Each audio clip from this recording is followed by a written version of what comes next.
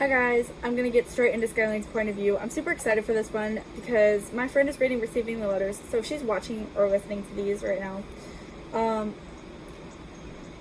reading Left 4 Dead 4 and Left 4 Dead 5 kind of,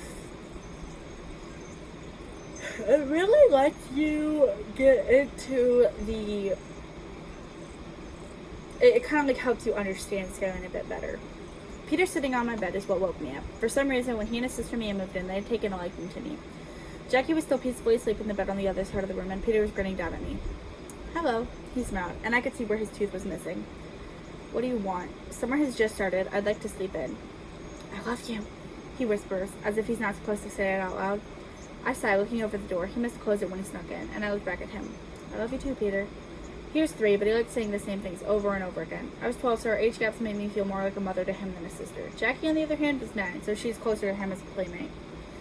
Carver was in the room right next door, and Peter was supposed to be sleeping in there too, but he liked to come visit me. It was 9, so I supposed it wasn't the worst time to get up.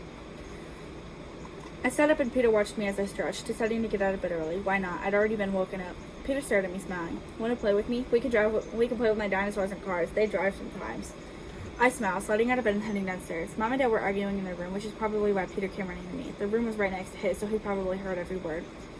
Peter followed me, skidding on his butt down the stairs into the kitchen. I didn't really want to play with him. Usually Cobra talked him into playing Fortnite or something, but I suppose I could occupy him until Cobra woke up. I made pancakes, heating up some for Peter too. What do you want with your pancakes? I asked, setting his plate in the microwave. Chocolate. No. I opened the refrigerator and grabbed the syrup and butter. You're getting butter and syrup. How about that? Can I have chocolate syrup? No. When his pancakes are warm, I put a little piece of butter on each pancake, drizzling syrup all over all of them, and handing it to him. I give him a fork and make my own pancakes, and he scarfs his down. I love pancakes, he declares, chewing loudly. I roll my eyes. I sit down to eat mine, and Dad comes downstairs, mocking Mom. I can't help but smirk. He's an asshole, yeah, but he's funny, for the most part. He makes a cup of coffee, Mom appears. Ricky, I'm sorry, it just hurts sometimes, you know? I get in my head and I think I'm not good enough. You know this. Yeah, I know you get in your head a lot, but you know how I feel too. It was an accident, a one-time thing. I didn't know she'd get pregnant. Well, you could have used protection. Skylar, stop. It was 3 years ago. A little more. Get over it. I'm here now, and that's what matters. Peter was chewing his pancakes slowly, watching the two as if he knew what they were arguing about. I did. They were arguing about Peter, and how Dad cheated on Mom, and Peter and Mia happened. Unless you don't want me to be here, I could be anywhere else right now. Oh, like jail? Mom responds, brushing past him and getting orange juice in 3 cups. You should be in prison. It was my money that got you out. Don't forget that. You were pregnant and needed someone to watch your kids while you moped around, Dad replies. And Mom fills a cup of the orange juice, sliding it over to Peter. I wasn't moping. I was sick. I had the flu. You know that. Want to know something funny, Skylar? The green flu was never real. It's something the government made up for population control, and so it could control us. Wow, Ricky, you were part of the reason it was even made. You sound so smart right now. Mom slides a glass of orange juice over to me. Peter had stopped eating. He was watching the two so intently, as if he were taking notes. Our parents fight a lot, but they don't usually do it in front of us. Well, you know what? I wasn't part of it. I was told pieces here and there, but the green flu is man-made. They said so themselves. And for the record, I wasn't into that shit. I was a pilot, and I saved your idiot brother. Don't call Ellis an idiot. Actually, he should have said brothers, but Josh never came home. Well, he did come home, but Josh didn't come home for a while, so it makes sense for him to only focus on Alice. Please, it's true. Both of your brothers are idiots. Oh my god, why do I keep putting apostrophes in places that it shouldn't be? Mom was silent, pouring orange juice into a cup for herself and putting it back in the fridge. I didn't want to move. Sometimes Dad yelled at us too. If I was quiet and just sat here, maybe he wouldn't notice and he'd leave the room first. They're not idiots, Ricky. They're survivors. Fuck them, Dad spits, taking a sip of his coffee. Here I go with the spits again. He didn't spit like a child. He spitted the words. I don't even know if that's the right way to say it. But it was like a fuck them kind of thing. Like, I don't know. They think there's something special because they walked here. Ricky, how did you get here? Through the military? You didn't do anything special, so stop acting like you're better than them. Mom yelled, and her voice sounded weak. I'm not saying I'm special, Dad yelled back, and I set my fork down quietly. I wasn't hungry anymore. I'm saying they think their shit doesn't stink because they walked here. You're not special either if you think that. You were basically a fucking zombie for the first 2 years of your kids' life. Mom opened her mouth, but Dad cut her off again. Think you got pregnant again almost immediately after the flu left your body, and you wonder why you're so fucked up now. Stop it, Ricky, Mom yells. God damn you, you win, fine. Forget about it. Forget I said anything. Jesus. She sits down and I can see tears in her eyes. Whatever.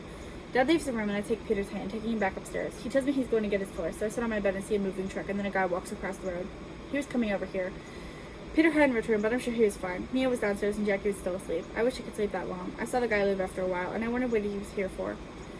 I slipped downstairs and I asked Mom what that was all about. She smiles and I spot Peter at the table eating strawberries. That's my brother, Ellis. He's not an idiot, by the way. He's a good man. He's got a daughter around your age, Skielene. I glanced towards the doorway, as if I could see this daughter standing there. I don't know. Cobra and I are fine on our own.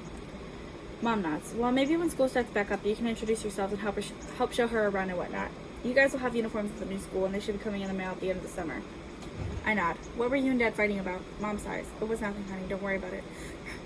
It's like, I know what you guys were fighting over. I just want to ask and see if you'll tell me. I looked over the living room. Dad was on the couch and we were on his hand watching TV. He wasn't an alcoholic, but he drank more than any of us preferred.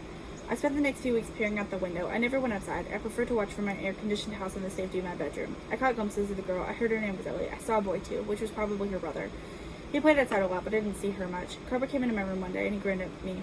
Hey, do you want to come swimming? The pool water's red. Why? Why what? Why is the water red? Oh, Peter got a hold of the food coloring for Christmas cookies. Cobra ran his fingers through his wet hair, shaking water everywhere when he was done. I can't help but smile. Sometimes Peter was too much to handle.